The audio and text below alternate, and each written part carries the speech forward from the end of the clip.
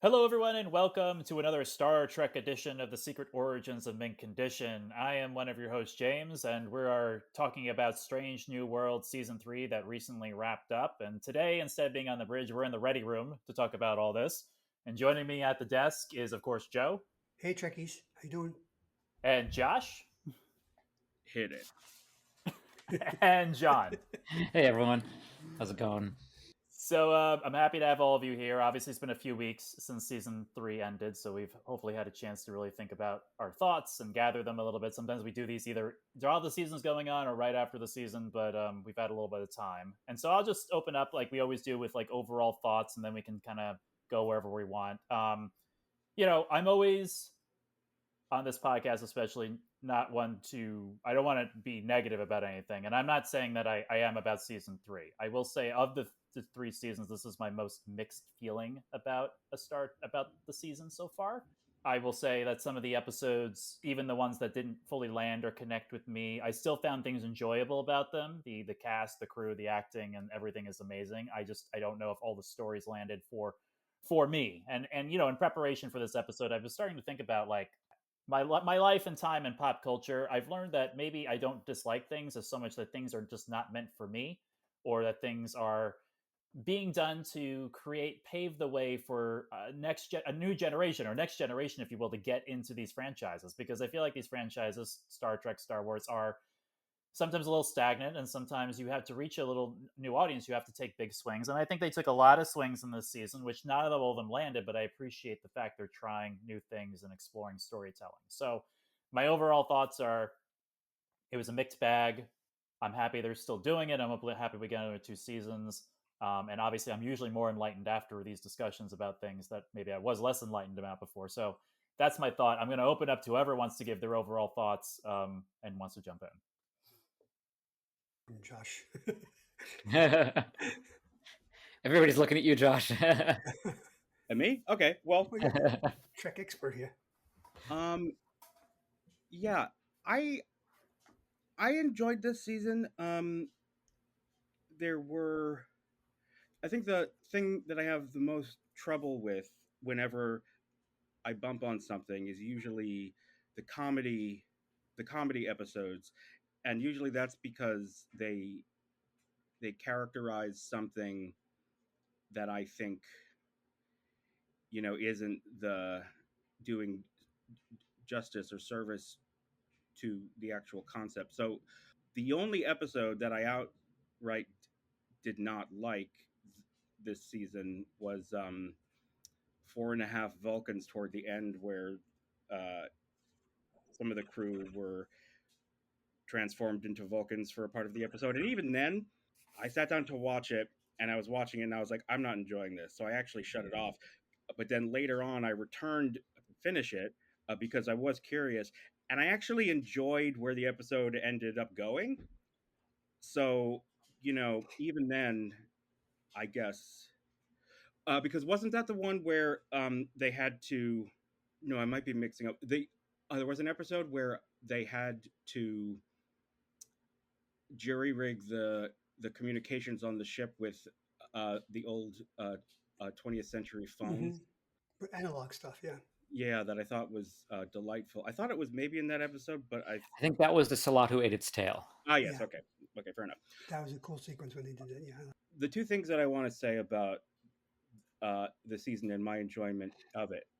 I understand why you may have felt it was a little uneven. The place that I have gotten to with this show is that, you were talking about franchises, and they have to try to bring in new audiences and take some big swings and some chances. So like you, I appreciate that they're trying things, like they're really not being super precious about, being super serious and not violating canon for its own sake. It's like they're really trying to make a really interesting, good TV show. And I think the problem, you said it, is like it's a franchise that is trying to attract new viewers which you could think of as customers almost. It's like these franchises, they become franchises because the original movie or story or show worked really well. But then to keep it going and to revitalize and make it still relevant for the times, they have to contort it to fit whatever the needs of the studio are at that particular moment in time. And that's not to say that that doesn't create some really interesting things, but we have to be clear. Like the reason this show exists in the way that it exists, is because of a commercial, financial imperative. So a part of what that means is you can't just make more Star Trek, the way that they used to make Star Trek. And one of the things I realized about Strange New Worlds is that Strange New Worlds, out of all of the Star Trek verticals that they have now, it's like, they had the sort of the legacy vertical with Picard, they had the comedy sort of animation, lighthearted vertical with Lower Decks. They had like, I guess it was supposed to be flagship, straightforward Star Trek and Discovery, which sort of transformed into something else along the way. And then I think what this is supposed to be is like the fun, optimistic one. Because you have to like imagine, like, what is Star Trek in the 2025 science fiction TV media landscape? Like, why would you watch Star Trek beyond brand loyalty to Star Trek? So in a way that it didn't have to 20, 30, 40, 50 years ago, it has to create an identity, define itself against other sci-fi that's out there. And I think what they've landed on is Strange New Worlds is fun and optimistic. It's not gritty, it's not super self-serious. It's the fun, lighthearted return to episodic storytelling that everybody misses, and it can do all sorts of genres, which shows aren't really able to do anymore.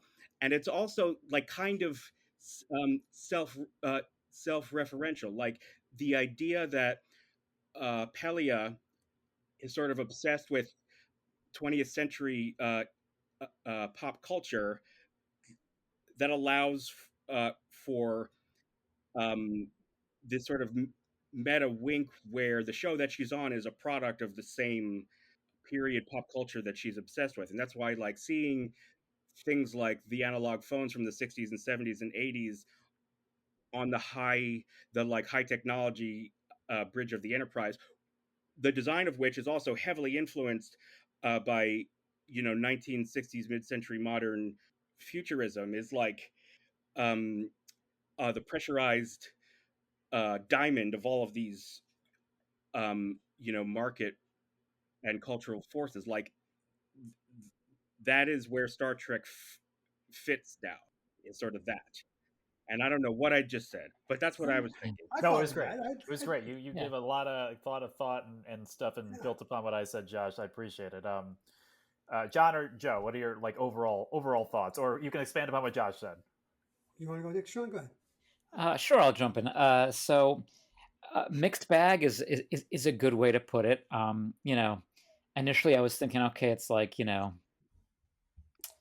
one of those bags might be my doggy bag that I just put in the garbage, but from walking the dog. But it was a good enough season to pass, but it was not only uneven, I didn't think it knew what it wanted. And I thought about this a lot. I wanted to like initially just like, okay, well, this is where it failed and it flawed. And I see where the season made some attempts. They did lean on humor way too much, in my opinion, for the sake of humor rather than being naturally funny. I think Star Trek 4 is one of those examples of like, you make a lighthearted movie, but the humor is about how you know the characters and quirks, and then funny sort of a little bit of situations they put in, not like overwhelming, we're going to make this funny type vibe. And that was what I got from the Vulcan episode. But I think the unevenness comes from something we've discussed before, which is my frustration with modern show making, is that we get 10 episodes. And because tragically of the writer's strike, which I think was the biggest, one of the biggest mistakes that Hollywood executives have ever made, because there was no point for it. There was no reason. The compromise for what the writers wanted was so minuscule as far as the revenue of what Hollywood makes, even in its worst times, that it was purely philosophical. It was purely like, oh, we don't, the writers, we don't want them to feel like they have any power or say or anything else. And you get that when you delay a show for a couple years on a two-parter, when you're limiting seasons down to 10 episodes on streaming media. What we used to be able to do in Star Trek can't work here. So when you have an off episode, when you have an episode that tries something new, but maybe it doesn't land, but it starts laying the groundwork for what you can do in later episodes. That's the history of Star Trek. That's the original series, Next Gen, Deep Space Nine, Voyager, all got to try things that didn't land and then build on them a couple episodes later or a season later. And you just went on, like, you would actually go back and rewatch that episode and be like, oh, this is one of those episodes that didn't quite land. But it was fine because you had 22 to 26 episodes that season to sink your teeth into. When you when you don't land, I must say screw up, when you don't land 2 or 3 episodes out of a 10 episode season, you're now at 1/3 your episodes that don't land. How do you take that as a viewer? And that's what I got from like the Vulcan episode, 4.5 Vulcans, really didn't land for me because it also did not feel authentic to what Vulcans are, to any established method of the technology they have in that era, which is a theme that I go back to in a lot of these episodes. And it just didn't work. Can it be forgiven? Absolutely. But you need, there's another metaphor I was thinking of, but I can't quite. But it's like, you know, when you go to your favorite restaurant and you have a bad meal, you know, well, you have a history of really good meals and you have a future of really good meals there. You know, you know, the chef was having an off day that day. That's fine. 10 episodes isn't enough for that. So I feel like, unfortunately, the expectations from the audience, expectations from me, is that you got to do it really, really well. But that said, it still had a lot of great moments and a lot of great episodes. I actually, like, going down the list, I know it wasn't the highest rated episode. I did enjoy Wedding Bell Blues for what it was. I thought it was, you know, for doing a lighthearted, but, you know, but also very deep interpersonal episode about, you know, and I take the whole Spock having emotions thing as like, well, this is still an alternate universe. I know this is technically a prime universe, but because every era of show making is new showrunners, new writers, new producers, new actors, I give them the leeway to say, like, this is a new interpretation of Spock, the same way that every generation that's going to put on a performance of a Shakespeare play is going to have their own take on it. Sometimes go really, you know, try something really innovative. So for me, exploring this aspect of Spock was a lot of fun. And of course, bringing Trelane in and letting us know that they are directly linked to the Q. In fact, I was like, wait, is that literally Q as his father? Like, that's kind of amazing. And it works if you, like, even with the Voyager thing, I'm like, oh, we haven't had a new one in a while. Well, he's already, what was he, 800 years old? Is that what he said? Something like that. I think when we talked about it on the episode, John, we narrowed. He's like 800, yeah, 700 or 800-year-old young Q. Yeah. So you know, it has been a while since I had a new Q, but like, I love that he's the kid Q, and bringing that in is fun, but also done very subtly and quickly enough that if you're, again, a new viewer, it's not going to be like, well, now I don't know what's going on, I have to go do a lore search and figure out what's going on. No, it was something that balanced it out to be like, here's an episode, and those little additions for the long time fans who want to know. So I really enjoyed that episode. Holodeck episode, take it or leave it. It was fine. What I do think about that episode is that it gave all the actors some opportunity to really show the other stuff they can do. Total tip of the hat to Anson Mount. I mean, amazing to see him in the role of that, like, very disturbed director. And then, the rest of the season sort of up and down. I think that trying to copy episodes like Terrarium, where they're doing essentially a remake, almost completely of a original series episode with the Gorn, interesting, cool to reestablish. I think they need to be willing to not remake as many things. But I will say that the episodes that really did really well. I think, like The Slot Who Ate Its Tail, that is a standout episode for all of Star Trek, and establishing Kirk in a way that I was skeptical they could do, showing this is early Kirk, making mistakes, but also figuring out how to get his voice as a captain and really begin to become the Captain Kirk we know. Brilliant job at that. And then overall, I think what the season lost for me was the reliance on magic. I think that when you take the mythology around, the big ancient evil found in Through the Lens of Time and how that plays out in the finale, it was shoved together, really just to be like, hey, let's make this work. Let's come up with something for Battelle to do, and with a sort of nonsensical idea of bringing all the different species together in her, but it's only really 3 species, to fight an ancient evil. But then, at least Star Trek would try to have itself rooted in some science and some concept, even if they're going to, use a lot of jargon for it. This felt like it was a knockoff of Doctor Who. That it's one thing to be timey-wimey, but now to just have like, oh, this is the evil, this is the ancient evil. Like, okay, cool. Like, what does that mean? Like, oh, evil is a real thing personified. No, that's not Star Trek. That evil as a thing personified. Like, I mean, you have terrifying foes. You have massively different civilizations coming to clash and different ways of doing it. But just like, no, these people are evil. This is the root of evil. Like, oh, okay. And usually Star Trek still even leaves some idea of redemption there. I mean, the Borg, they have their redemptive story arcs even. The Borg that break off, the Borg that create a new collective in Picard, the Q going back and forth.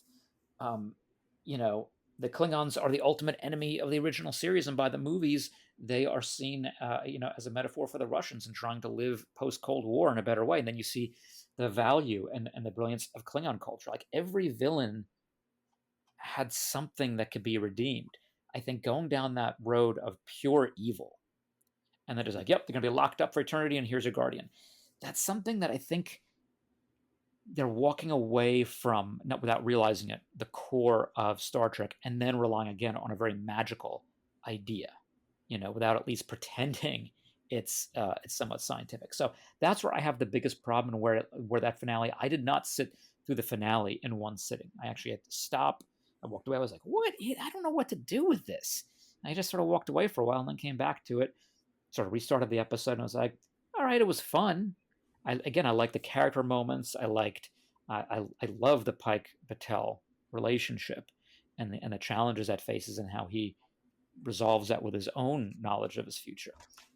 But somehow it doesn't work. So I would advise them not to do that in future seasons and sort of come back to the somewhat more, Star Trek view on good versus evil, which is far more nuanced and not, quite as, I guess you could say this was more Star Warsy too, as well as Doctor Who, because at least Doctor Who also tries to give some nuance to good and evil on many occasions. But again, I've seen some problems with that show recently along these same lines. So maybe it's just a phenomenon of modern writing, and I'll leave it on that point, is that limiting seasons to 10 episodes for something like this. I understand it from a cost structure, the way streaming is done this day, but it really makes it hard to tell Star Trek stories and to develop the crew and to take risks. Yeah, I agree with like everything you said, John. I think I think the Salatu Ate Its Tail was the best episode of the season. That's what I'll personally say. My second favorite is the Mbenga Pike episode where they I went to love the that planet. I think that's episode. my second favorite. Is the 'cause I always zombie love, episode? yeah, I Zombie always love the episode, two. too. I always love the two of them together, and I felt like, yeah, John, you nailed it. I was like wondering why did I episode 10 like I didn't land with me either. And it's the magic part. It's like it's not based in anything science. Like Star Trek can shoot babble at you like techno babble, but they're trying to ground it in a sort of pseudoscience of the future thing. Yeah. But this was like, it was very Doctor Who. It was very Star Wars. I think, and I feel like the main purpose of that episode was sort of like, as we've discussed before, it was to give Pike, there was like a way out so Pike could experience a future other than his future. Like that, if they're still going to keep to that, this is what Pike is going to eventually do at the end of this series, like wind up in the chair, sacrificing his life. It was the only like way to sort of give him some hope, like not hope because we know it happens, but I felt like that was the main purpose of the episode. The rest of the episode kind of lost me, but just wanted to mention, speaking of Doctor Who, it's interesting you bring that up because did you catch the reference in the finale where Pelia basically hinted at the fact that she used to travel with the Doctor? yes. I thought that was funny. Just real quick about the magic thing, I kept thinking Roddenberry is really, for all the flack he gets about Star Trek succeeding in spite of him, he was that compass who set the ship flying the right way, so to speak. Like he would complain about things and send memos and memos and memos, and eventually, like, they would either ignore him or like try to make little changes to satisfy him, but he never would have let that magic stuff about the ultimate evil fly. No. And also, John, you said you singled out the Anson Mount performance in that holodeck episode. I forget the name. Jonathan Frakes, who directed the episode, said that initially they wanted him to do more of a like literal, straightforward Gene Roddenberry impression, and the producers, Akiva Goldsman, specifically, they vetoed it because they didn't want to seem like not respectful, which is interesting because they were all right with the like the very hammed up Shatner impression, and a lot. So, well, and I know Bill didn't think highly of it, but I actually thought of the episodes. Like I said, I found something to enjoy in each episode. That was what I found the most funny and enjoyable, was the hammed up Shatner that he was doing. But Joe, I know before we jumped on, we were actually hitting on John's point about I think 10 short episodes. Seasons is the problem why we can't forgive some of these swings as much as we could with other Star Trek seasons. But I'll let you give your thoughts and overall view and everything. Overall view, obviously, agree with most of what you guys said. It was a very uneven season. 4 episodes in, you had 2 comedies, because I consider Space Hour Adventure a comedy, and of course the Wedding Bell Blues, which I didn't like at all. John, sorry, John. It's just I graded every episode. That one, the only one that got an F, because I knew what they were trying to do. I get it, but it just didn't land. It was too corny. It was like an I Love Lucy episode, but not as well written, obviously. So it didn't work for me. And you know what, John, you blew my mind because I didn't think about this. The writer's strike, I completely forgot about that. So when you take into account, you only got 10 episodes to work with. You have a writer's strike. I guess they were scurrying and hurrying to get this thing done, to get these scripts done, so we can get back on the air. And I think that shows in some of these episodes. That said, there were some great episodes. I thought Hegemony Part 2, the beginning of the season, tied up the Gorn storyline very well. I shuttled to Kinfari. I gave that one an A. Might be my favorite episode of the season. I love Joseph Mbenga, and I love when you put him together with Captain Pike. And as you said, Josh, it was the zombie episode. It was great. There was action, but there was also things that came back again to bite Dr. Mbenga from his past. And we've never seen a doctor like this in Star Trek. I mean, this doctor is, did he take a Hippocratic oath? Because you got to wonder sometimes. But still, he's such a deep, interesting character and played by such an amazing actor that whenever he's on screen, I'm just drawn in. I just love him so much. Give him his own show. That's right. Hopefully he'll be on Kirk's Enterprise along with Dr. McCoy. they did their, of course, they did their Lost Raiders of the Lost Ark episode through the lens of time. I think that episode would have worked better if there was less cast members involved. If maybe it was just Nurse Chapel and Roger Corby and maybe Spock. I think there was too many moving parts in that episode. You did have the quote unquote you have to believe in the bridge being there from the Last Crusade. That was there too, you know. So they were playing with things like that. All right, that's fine. The Salad Tale, excellent episode, another A.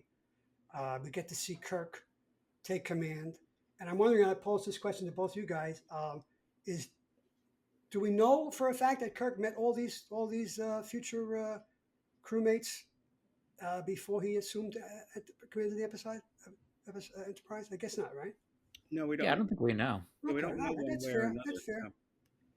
There are. It's interesting because there's a lot of the, even in the way the movies came out. There's always the feeling that this crew was not just on a 5-year journey together, like that. Yeah, they did know each other. So that I think that left a lot of room to play with the idea that they constantly crisscrossed paths like this, which is great for the show. I agree with that. Yeah, and John, you said it was a remake and wasn't one of your favorite episodes, but my favorite episode of the season was Terrarium.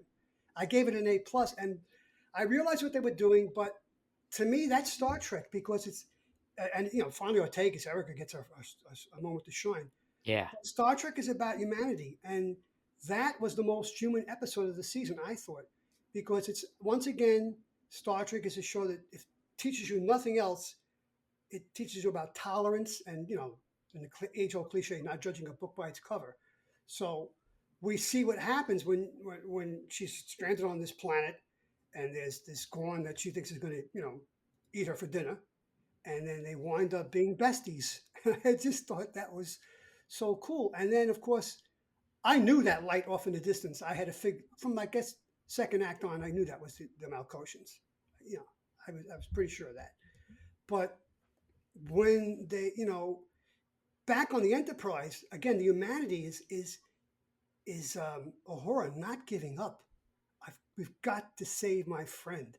And they risked the entire ship to do that. You know, and we can go back to the needs of the one that outweigh the needs of the few. But to me, that was pure classic Trek, and I want to see more things like that in the future.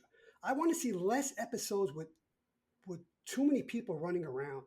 I think the cast grew too large this season. Ortegas' brother, the filmmaker. We saw Roger Corby twice. The people, some of the characters in the what's the Vulcan episode called again? Who cares? Yeah, exactly. That right after the Wedding Bell Blues, that was my least favorite episode. Yes, but again, you know, it's Star Trek, and I'm happy to have it. I think it was the weakest of the two seasons. The last thing I want to say about episode 10, I agree with you both about they trying to bring all these disparate things together into the finale. But there was one, I guess, sequence that I really did enjoy, and that was the "It's a Wonderful Life" sequence with Patel and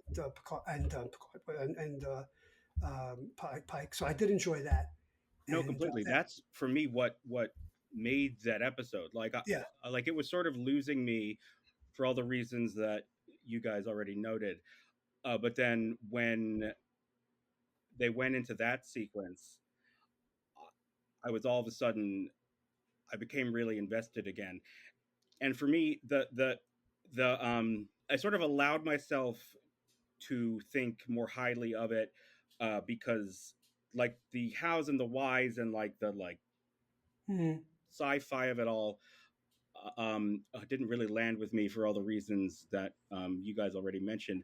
But it really worked for me on an emotional character level. And I also thought it was really interesting thematically. They gave Captain Patel a very similar dilemma to Pike's, where she knows her destiny, her future, and she has to decide how to handle it, and also how to handle her, her relationships. And I thought she found a very elegant solution. And I also feel like, now when when Captain Pike eventually has to report for duty on the mission where he knows he'll be in that accident. I think he'll be thinking about what Marie was able to do, and he will follow through on that. And then also, as you said, I think James, the idea that he had it, he already had through that experience that she was able to create for them. He has the memory of that unlived life, sort of, and then the inner light sort of a situation, or the inverse of the inner light, that hard time where O'Brien served a life prison sentence. Oh yeah. Right, I forgot that. Right. Yeah, I everyone always forgets love that. about how O'Brien is constantly screwed over again and again. Amazing. To just follow up on what Josh was saying, that whole sequence, whether you want to call it the inner light sequence or it's one of the lights, as it's progressing, there's that constant knock at the door. Yep. And that knock gets more foreboding because we know we know what's going to happen to Pike. But Right. so it just informs both their futures, both Marie and Pike's future. And it's a metaphor for, all of us where we're headed. So that's good Star Trek. Yeah, that's what saved it for me. 4.5 Vulcans is not good Star Trek. It's not. But that's good Star Trek. I don't want to pile too much on 4.5 Vulcans because That's right. of What was it that I ended up liking about? I mean, Vulcans? I have also an issue. I don't want to again pile on, but I guess my critique is because I know the writers of Stranger Worlds love Star Trek, like Star Trek, know Star Trek, but being logical is not something in the DNA. So when they got hyposprayed, they immediately had logic.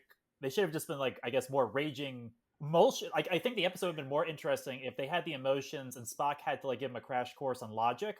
Yeah. And try to teach these how to be Vulcans. I thought would have been better, but the fact they had command of logic. So anyway, I don't want to nitpick, and writing is tough. I think that's an interesting thing to explore because I think they tried to sort of put a reason as to why they were also logical. But yes, because it does fly in the face of the fact that Vulcans had to achieve and discipline logic because of their natures, which also leads to the Vulcan and Romulan differences in how they dealt and evolved with their natures, which has always been an interesting storyline in and of itself. So it was that. I get what it's trying for because when you take the classic Kirk, Spock, and McCoy interactions, that trio of the original series, you're getting the perspectives and conflicts of emotion, instinct versus cold logic versus McCoy trying to navigate the two extremes between these two other crew members there and his friends. The episode is trying to explore, I think, that idea of what does happen when you take logic to its extremes and why Spock is not that, why even the Vulcans themselves aren't that, but they bump up against it regularly. Enterprise, for all of its a lot of people have a lot of opinions on that, but it really explored that with the early relations of humans and Vulcans in the 22nd century, and onwards. So you see, what are the limits of logic? And Spock has those brilliant lines in Star Trek VI about logic being the beginning of wisdom and not the end. So. Right. I think with some tweaks and some interesting ideas, that episode really could have been an interesting exploration of that. It got way too hammy to do that effectively, but I get it. What if you take each one of those crew members' natures and make them ruthlessly logical, but sort of, for lack of a better term, based on their trauma? They were all manifesting a brutal, cold logic based on their own damage.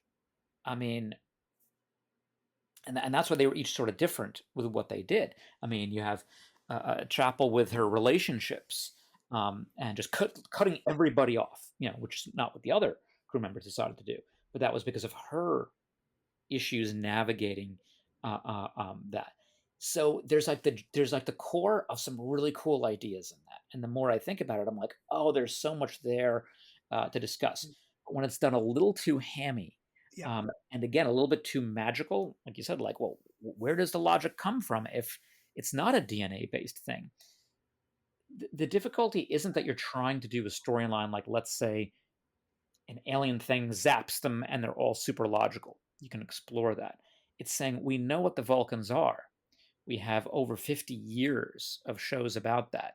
And they're just sort of taking an easy way out in this episode and just being like, yep, we turned them Vulcan. They have all the logic, they have all this, they have that. It's like, and that feels so jarring to somebody who's watched the show over the course of their lifetime. Yeah, it's like an episode about excess, I guess. Maybe, I don't know, but yeah, it makes me think back to a second season episode of the original series. But sir, Cyrano Jones says, "Tribbles, give us love, Lieutenant. Even too much love, excess is not a good thing. There's tribbles all over the ship. So too many Vulcans on the ship might be a bad thing too. Yeah, it makes you think about a starship that's completely manned by all Vulcans. Well, that must be like. Yeah, the Intrepid, what's movie like night like on that ship? I wonder. Did they do that in Lower Decks? Didn't they have the crew of a Vulcan ship, right? With yeah, the ensigns? Yeah. No, well, the Intrepid in the original series was a Starfleet vessel that was completely Vulcan. Vulcan, right? Yeah, and that they gets destroyed in the Ultimate Computer, right? No, not in the Ultimate Computer. No. Oh, the one with the giant amoeba. What's the no? Yeah, the immunity syndrome. Immunity syndrome, right? Spock in the teaser, he pulls like an Obi-Wan Kenobi. Yes. Sensing the destruction of Alderaan. He somehow. Oh, I was sitting in the theater in 1977 when Obi-Wan said that. I said, "Wait a minute, they ripped it off from Star Trek." Oh, that's too funny. It hit me right away, just like that. The first day. Wow. Yep. I have a question. How did we all feel about the documentary episode? I wanted to go into that. I know where it was done better. I can think of a TV show that did a lot better than that. Oh yeah, MASH. Yeah. Mm-hmm. At this point, I feel like that documentary episode format is a little played out. But that said, I really appreciated what they were trying to grapple with, the idea or the question of whether Starfleet is a military organization or not. That I thought was super, super interesting. And then it actually sort of retroactively, in my mind, justifies the documentary episode format, because that's exactly the sort of venue where a question like that, like that's a really good way, and it's a logical way, no pun intended, for the show to really directly pose that question, like very explicitly, not in a metaphorical way or in like a Shades of Grey sort of way where it's like, is this really the right thing to do, blah blah blah. I was like, no, it's like a muckraking investigative journalist who doesn't necessarily have an agenda, but he definitely has a point of view on the world and sees everything through that lens. Mm-hmm. And yeah, I just thought that was really interesting. And because that's a question that has plagued, I don't know. It's been part of Star Trek. It's not even a bad thing. It's been a debate within themselves. I mean, it's a conversation we've had, I think, on this podcast at some point with like one of our like, what is Starfleet? That the show was really going there and asking itself that question, I really liked. And it is post. It is after the war, correct? It is post. So that makes sense that documentary would be made. But he maybe should have made it about Section 31. Of course, he would have made it. Then he would have been dead. Right. So, what's really interesting, you said it's post-war, and I could definitely see the way that we the way that I had very mixed feelings about Picard season 1, episode 1, both being good and difficult to process, is because that's after the effect of the Dominion War on the Federation, and the and why they sort of abdicate, in addition to the synthetic android rebellion, why they pulled out of helping out the Romulans. And so that debate in Star Trek 2, and you have Carol Marcus, it's like the military always does this. Yeah. That was very new for Star Trek, and a totally different vibe than Star Trek the motion picture. And we could do a whole podcast about the differences between those two. But that's a question that's always worth asking. So this was one of my favorite episodes, but for what it did, not necessarily for like, oh, this is a favorite episode to watch. Right. Yeah. Because it's a really difficult episode. I asked myself, oh, I hated the first half, like hated it. And I hated it because it was upending the view of the Federation. It was making me uncomfortable. I'm like, well, who the hell are you to film this and make me feel this way about the Federation? I said to that character, and I'm just gonna say I have a different point of view on Ortega's brother. There, he did have an agenda. I think it a very clear-cut agenda. I think it shows you the limits of any journalism, especially as we look at things today in the political times we're in. That it is very easy to fall into that, and it shows you why journalism is something that is always incredibly challenging, because you will have a point of view, but how do you make sure that if you have an axe to grind, that isn't coming into it? And we see that debate about bias and everything today. You'll never have a perfect bias-free journalist or journalism, but it is a constant work in progress for every journalist. And this showed the limits of that. And again, seeing from somebody who comes in with a point of view that, oh, Starfleet is military, is imperialist, they use the terms colonialist. I thought one of the most interesting scenes was seeing Uhura, who's being interviewed, realize, based on the vocabulary, what this meant. And she says, oh, I'm being used. This is over. I thought that initially, and it was Beto Ortegas, right, was the brother. Initially I thought, oh, well, this is going to be Uhura, I guess, as the youngest crew member, sort of like being the tool of Ortegas.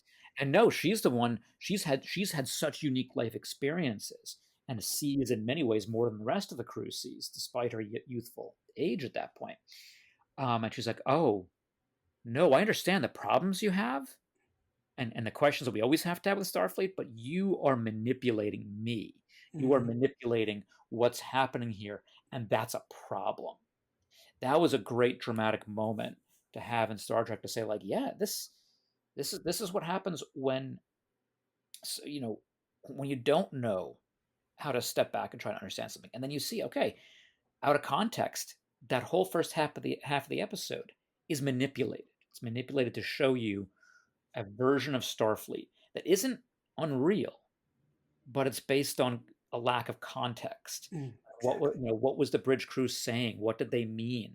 When were they really what were they doing towards the other alien races that they were ordered by Starfleet to intervene with? And so at the end, you see through Beto Ortegas the idea of like, oh, here's the nuance of Star Trek that is so common, that there isn't an easy, clear-cut, good, bad answer. Nobody's going to end up happy at the end of that episode, because they have to, they want to free that alien life form that had been manipulated and bred for conflict instead of being free. And what do you do with that? And to me, that was Pike having a very Picard moment, if you will, of having to make those choices and then displease everybody. There are no easy answers to these choices, because you're going where no one has gone before. Yeah. Mission statement. So you've got to take things as they come, one at a time. Leave your prejudices aside, your preconceptions aside, and meet things head on. And that's when Star Trek is doing what it's doing best. And you see that Starfleet, like always, is a work in progress. It is made up of the humans who they're doing better than we are today in the 21st century. That's canon, but they're not flawless. And even as Roddenberry didn't want interpersonal conflict, he certainly would not have liked the level of interpersonal conflict in this episode. even with that idea he had, Star Trek is always full of Starfleet not living up to its ideals, and oftentimes the crew of the Enterprise has to do it for Starfleet. Mm-hmm. The admirals are being admirals and doing things like, oh, we don't care about that, and there's Kirk and the crew just being like, we're going to do the right thing. So there's always progress to be made, but this episode sort of like, again, I wonder how many of the low rankings on IMDb are because it makes you feel really uncomfortable about Starfleet. And I come away being like, oh no, Starfleet is trying, but it has to live up to it, because there's another episode in season 2 which has a very different feel on Starfleet, and that's Ad Astra per Aspera. You have the courtroom episode, one of the greatest episodes in Star Trek, and it's laying bare the flaws of Starfleet and how they are evolving and have to get better the same way that we in our real world today have to. It doesn't say you throw out everything of the past, you throw out Starfleet, but it's saying, hey, every day you can take a step that goes a little bit further and do a little bit better. It's weirdly, because it reminded me when they were talking about like, oh, Starfleet is so flawed in this. For listeners who are interested in a reverse take of the Federation, and I think I talked about this on another podcast, just check out the Culture series by Ian Banks. This is not a complete description, but very quick elevator pitch. It's Starfleet if you invert the Prime Directive. That the very purpose of a near utopian Federation-like society is to go around interfering with lesser developed civilizations, and the pitfalls and benefits of that. Interesting stories worth exploring, but still trying to do the same thing that Star Trek does, which goes back to my criticism sometimes of this season, is that it's fundamentally optimistic. It's supposed to be about what happens if we do get evolve past where we are now in terms of conflict and our views, and our sort of being less held up by our medieval viewpoints on things. And that's something that the season, again, it does aspects of it, but one of my notes for how things unfolded was that the optimism that exists isn't really explained in this season. In season 2 and in season 1, especially the premiere of this show entirely, episode 1, season 1, shows you that optimism, and it shows it in operation and where the difficulty is. In that case, dealing with a civilization that has accessed warp technology before they're ready, and the conflicts they're in, and there were no holds punched in that episode. Holds pulled in that episode. That they showed footage from the 21st century, actual footage of our life as leading up to the great conflicts of World War III in the Star Trek mythology. And that's something that was missing in season 3. It was like, okay, you're the Federation. Why are you the Federation? Why do you have this higher moral standard that you hold yourselves to? Where's that optimism justified? And they didn't get to go into that as much, though. I'm open to like, did I miss that in any of these episodes? Like, I felt like I did miss something where instead the season was, we just take it for granted that Starfleet is great. We challenge it in this episode, which maybe that's the purpose of this episode. What is Starfleet? Is challenge it, sort of let it back on, but it doesn't show me why the future is better. It just sort of says the future is better, and we get a bit of a lens through the crew. And I think that's something I hope they explore in seasons 4 and 5 is, well, this is a reason why the future is better, and this is the tough work to get it there. That's the problem with a lot of current genre type stuff, John. I mean, especially with comic books, it's like constantly telling me this character is good and this character is good. No, don't tell me. It's a visual medium. Show me it. Why is this character so good? Why is this legacy character so good? Why are these people in Starfleet so good? Yes, it's part of the military arm of the Federation, but it's also explorational arm of the Federation. So you got to show, don't tell, don't preach, show. That's basically that's what I want from modern genre fiction. I agree. I also think good science fiction is hard to come by these days too. Mm-hmm. Like it's a real.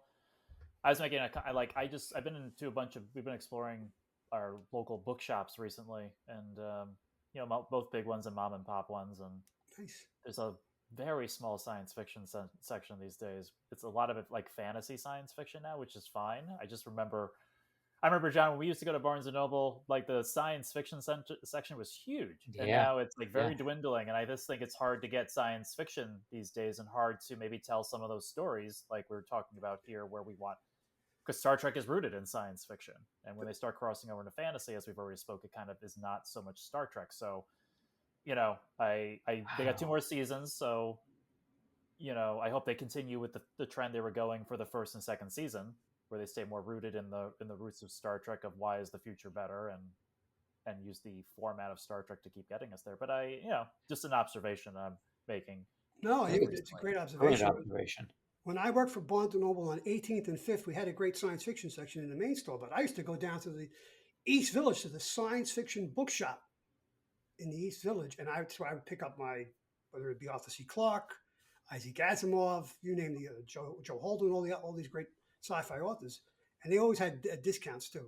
Better than I could get where I worked. So I would buy my science fiction books not at Barnes Noble where I work, but at another store. And those are few and far between now, and it's a shame. It really is. That's interesting, because I wonder if, I think that's more a shelf room issue of like a brick and mortar store, because from what I am vaguely aware of, like, I think there's a ton of really great science fiction that's out there, new science fiction. I just, I'm unfamiliar with like the economics of what it means to actually own and operate a brick and mortar bookstore in the age of, like Amazon Prime and digital e-readers and stuff. I do also wonder, we live in a world right now where it's pretty scary out there. I mean, there's a lot of stuff going on, and a part of that is, I was just thinking this the other day, like a lot of things that were traditionally the realm of science fiction in the last like 4 or 5 years have become very real. We had a once in a lifetime, a once in a century pandemic. We have robot cars that drive themselves.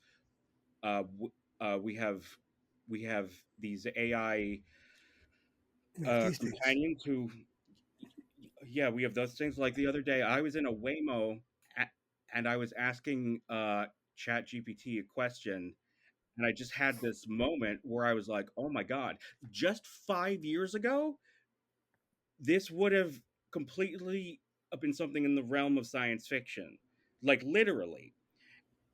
And now I'm in a car driving itself, interacting with a computer to, I forget exactly what I asked it. But the point is, I was like, something has shifted in a way that makes it feel like the future, in a way that, previously, the joke was always, hey, it's the year 2000 and where's my flying car? It's like, well, the joke was like, the future doesn't feel like the future. Something has shifted recently that future ain't what it used to be. Yeah, right, exactly. But something has shifted recently where I feel like things are starting to feel like a future that we imagined. And so maybe we're not that we're not interested in science fiction, but when these like well-worn tropes and subjects of science fiction are now reality, what does science fiction media look like? Well, I have a quick answer to that for you. Is what it's more so what it's missing is that the focus for a lot of people in science fiction has been on the technology component. Like, what is the technology that it's envisioning? And even going back to the original series in Star Trek, as cool as the technology was, that wasn't the center of why we became obsessed with it. That was one of the strong points of it. That might have gotten you into the coolness of it, like, oh my God, transporters, everything else. But it didn't necessarily have to be real, hence the fiction component. But the stories and the vision of what it's like to be a human in that situation is what makes good sci-fi. There is a lot there. There are good sci-fi shows out right now. I reckon people like Silo is a good show, which is, somewhat post-apocalyptic, but in a really compelling, interesting way. But it's science fiction, but it ends up, these books and shows end up being good because the stories, the characters, and the place of humanity is good. When you don't have that part, we're missing that. And those are the stories that need to be told today as we enter the AI age, especially. It asks the fundamental question, what is the role of humanity in that? And that's a story that I'm not seeing enough of. Ironically, the book series I just mentioned, the Culture series, it centers on that, but that's a book series that started in 1988 and concluded with the author's early death, unfortunately, in 2012. And while it deals with that, I'm looking for other science fiction today. It's not just about what the next technology is that we're not living in, but is asking the questions. And that's where I'm running a little bit, like, that's what I would say to, like, listeners, like, put in the comments, what are those series that are asking those questions in compelling ways, and putting it to say, like, well, what is humanity and what is humanity going to be? Because there's so much to dive into with that. Star Trek shows us, I'm just thinking of Beverly Crusher in the episode when the universe is coming in on her, and she's the only one, but she's talking with a computer like it's ChatGPT. Computer, what about this? What about that? What about this? What if the problem isn't me, but it's the universe?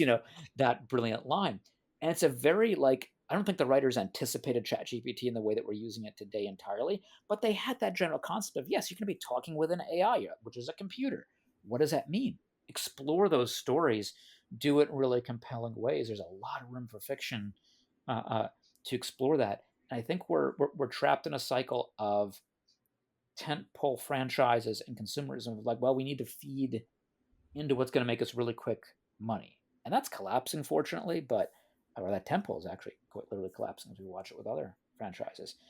But I want those stories. I want something that says, yeah, question where we are and how we get to the next part of existence that's maybe better than where we're at right now, besides just the cool technology. How do we interact with AI? Yeah. I will say, if I was going to say where we are today, sci-fi, it's much closer to all the sci-fi of the 80s. The RoboCop Total Recall stuff, the corporations controlling every new technology and grinding everybody down with it. And you're like, oh, we're in the future, but no, it's not what I really wanted it to be. Star Trek is this innovation that's better. How do we get there? If the next AI maven to come to bear here in the world, if the next person, man or woman, who's got the next evolutionary step in AI is named Davestrom, I'm going to be very worried. That's all I got to say. Well, no, I mean, that was all great right up until he lost his mind. Yeah, I Yeah. mean, he tried 5 times though. He was obsessive, right? Well, no, but and I think that's what made him lose his mind. Yeah, he created Duotronics, which was the foundation of the Everything the that the computers are Enterprise based used on. and that everything used. It was just that, when he felt that he peaked way too early, and that was his problem. He felt like he had to top himself, and that hubris led him to create M5, and Captain Kirk had to talk it to death because it just, That's what he does. you can't have that. We could be on the road to becoming a society of Dunsels, though. That's what scares me. I keep thinking about the Ultimate Computer, that episode of the original series, because it's really interesting. Like, the Ultimate Computer anticipates developments like this, and unfortunately, I think they're more common than we even are cognizant of. I think the thing about the quote unquote AI age that we've just entered is that it's threatening knowledge workers and, like, white collar work. So I think it's that's something new, and I think that's something that the Ultimate Computer was anticipating. Except back then, I think the Ultimate Computer was supposed to be a metaphor for automation generally. Yeah. And the Star Trek version of it in the future was like, what if you don't need a crew? Like, what if you don't need a captain and it can just, like, do everything on its own? And weirdly, like, those are real questions that we have to grapple with now in a literal way. And it's interesting because with the Ultimate Computer, that's an episode of Star Trek that is asking the question we are asking ourselves now. but with a 1960s understanding of man's relationship with computers and what computers are capable of. So like philosophically, I think it's absolutely correct. It is a little like uh, basically where the ultimate computer lands on it. You know, it has the plot convenience of the fact that that M5 goes insane and starts blowing everything up, so it's a non-starter. But where Star Trek ends up on the philosophical question is obviously humans are preferable to having computers do everything, because otherwise, like, what's the point? Well, you think about Star Trek 1968 when that episode appeared, late 60s. It's at the height of the counterculture movement, which is all about humanity versus technology. So I think it speaks even more back then, and it informs, and James, you and I have said this many times, when we see things, how, the more things change, the more they stay the same. So here we are 55 years later, almost 60 years later, and we're still having this conversation about, humanity versus technology now, digital technology that can think for itself. I find it scary. I mean, that's just me. I come from a different time because I wasn't I wasn't I wasn't hippie. I wasn't a flower child, but I remember those times. I lived through those times, and there was a lot of validity in that counterculture movement that informed where we, some of the best things that have happened over the last 6 or 7 decades. I think, I think the ultimate computer is a perfect a metaphor for what we're going through right now, because I think we're losing our humanity. And we should be getting this. Why are we getting this philosophical? We're talking about Star. But that's the point. That's the point. But that's the point of Star Trek, though. Yes, Star Trek. It asks those questions, yes. and this season asks some questions. But I'm going to harp on this again. When you have 20-something episodes to do that, Right. you also get to really delve deeper into it. Though, a quick note, I just had a crazy idea about Star Trek's history and future. So if you think about like the whole first part of the 21st century leading to like, now you lead into the eugenics war and World War III, you would have development of AI, all that other stuff. Then the world is, bombed back to what we see in Star Trek First Contact. You can't really have a functioning, I doubt there were that many data centers still operational at that point. We were so set back, so that when the Vulcans show up and humanity finally is getting its act together, so, sort of like in a similar timeline, that time they're like, oh, well, maybe we can do it better this time and not create AI to just create what the phrase now is AI slop, to replace everybody from white collar workers, TV writers, artists, everybody else will just all be sitting there, what's the Pixar robot movie? Wall-E. Wall-E. Wall-E style. It's like, oh, we get it right because we nearly destroyed all of that technology in the process of wiping each other out, and now we get a do-over. I don't want it to have to go that way. No, it shouldn't get to that point. It shouldn't have to go that far. But it's an interesting tale of like how maybe the Federation did get to that point, because they took a diversion from the Wall-E future of AI, where we're all just sort of like, all right, do whatever you want. AI controls everything now, but also does all the cool human stuff. I mean, Star Trek has always been about, even on this show, like the holodeck episode, they're being humans on on the Enterprise, doing human things. On the Enterprise D, they're still playing classical music to perform for everybody else. Why not have the computer do that? It can do it with precision and perfection.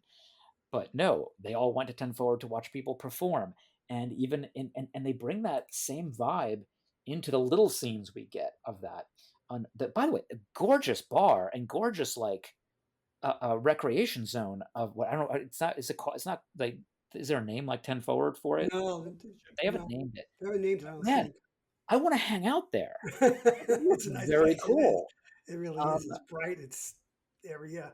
Nice. And they do a lot of scenes there for a reason, because it's the crew being human and being human without each other. Though, if there's one more time that Spock walks into an awkward moment and has to like leave or do something else, I feel like that is becoming the joke of this show. Is that it's a standing joke? Yeah. Spock walks in, sees somebody. Oh, nope, I'm gonna walk out. Yeah, just. Well, I think we did it. We started off with season 3, and we ended up with the ultimate computer. So this is good. This is good.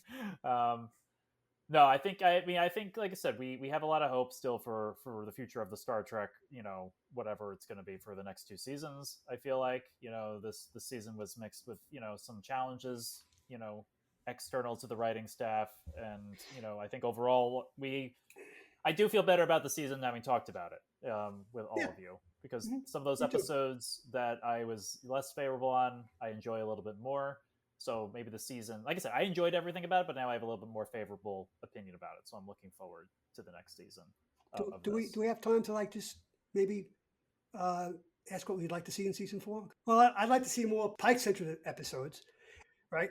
I want my Western episode. And that's got to be Pike and Kirk. And I don't need them landing on a Class M Western, 18. I want them to go back to Dodge City in 1875. And since Paramount owns Star Trek and Gunsmoke, they should meet Marshal Matt Dillon. And maybe they get involved in some type of range war. I think that would be kind of cool. So that's, I want you give me every type of other genre. I want my Western episode.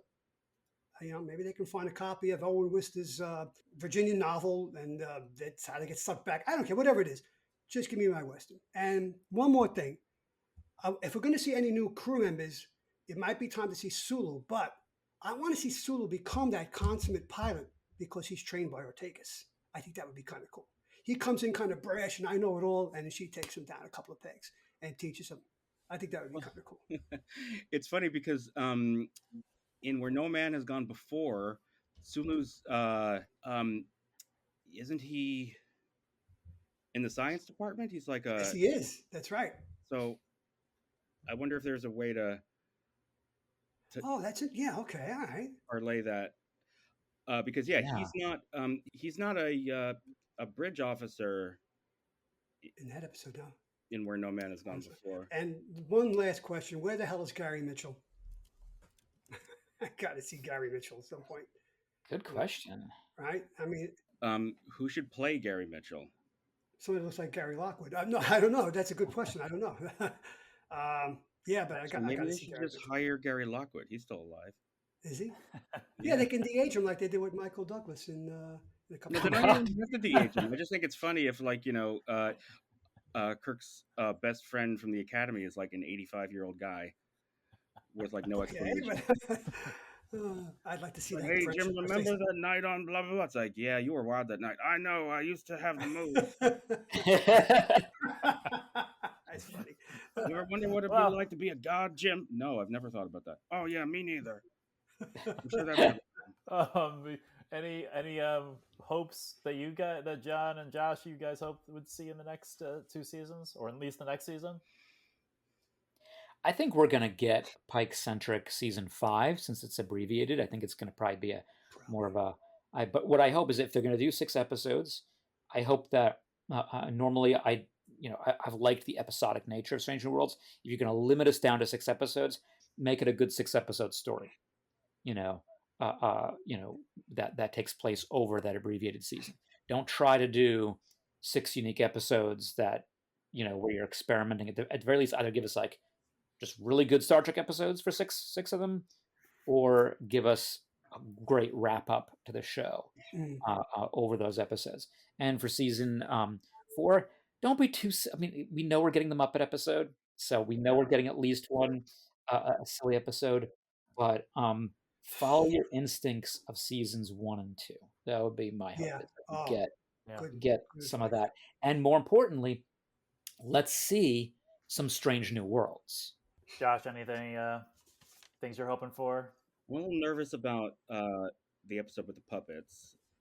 I'm very nervous because for me, most of the problems have stemmed from the ill-advised comedy episodes. Even though some of them are funny, I do enjoy them. Generally speaking, I just think that there's too much comedy. Somebody said, "What was this season? 10 episodes, and at least 3 of them were just straight up comedies." Yes, straight up comedies. So that's almost a third of your output. I don't think that's a good formula. Yeah, I think one comedy a season, and even then, it's how many comedies did TOS have? It had Trouble with Tribbles. It had Mud. Taste of the Action. Oh yeah, it had a piece of the action. It had I Mud. I'm I forgot about Armud. Yeah. Um, Norman coordinate. yeah, I would say like it's not things I want to see. It's stuff I want to see less of. I want to see less fantasy, less comedy. I would like to see it handle more pressing philosophical issues that we're grappling with now in a subtle.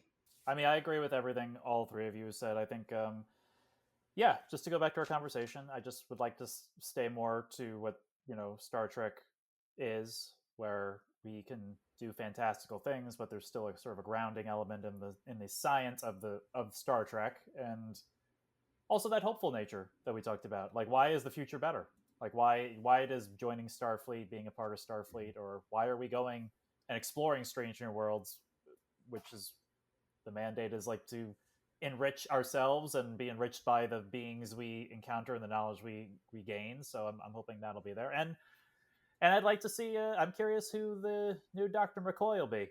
I'd like to see McCoy introduced, and at some point, I'm curious what somebody else, because Carl Urban knocked it out of the park. Oh, he really did, he was great, and Great. of all the stuff we talked about in the JJ movie, that his version of McCoy is great. So I'm curious to see Absolutely. McCoy. I'm curious to see the trio back on screen again in their new incarnation. So, well, listening audience, if you've enjoyed this wrap up of Strange New Worlds Season 3, we'd love to hear from you. So, obviously, however you're listening to this, you can usually provide a comment, whether it's on Spotify or the YouTube channel. You can do that. Of course, I could not do this wrap up without the rest of the crew. So, thank you, Joe. Thank you, James. The human adventure continues. Indeed. And thank you, Josh. Thank you. Always love talking Trek. And thank you, John. I was glad to be here and go off on random tangents. So I apologize you indulging me on that. I mean, I We all do that. appreciate you indulging me on that and apologize. No, it's great. I always we love it. really You kidding? Come for on. these Trek episodes or any episode we do, the getting to like the deeper, I don't know, philosophical thing that has nothing directly to do with what we're gathered, I always enjoy the most. So that's what used to happen in Mint Conditions. So, Oh yeah. like I said, listening audience, we have just launched a Discord for our podcast. It's an invite only Discord, so you can't really search for it. But if you are interested in joining the discussion that we have there, you can email us at secretoriginsmc@gmail.com, and we can get you an invite to you. We'd love to hear from you. We thank you for listening, and we will talk to you on the next episode.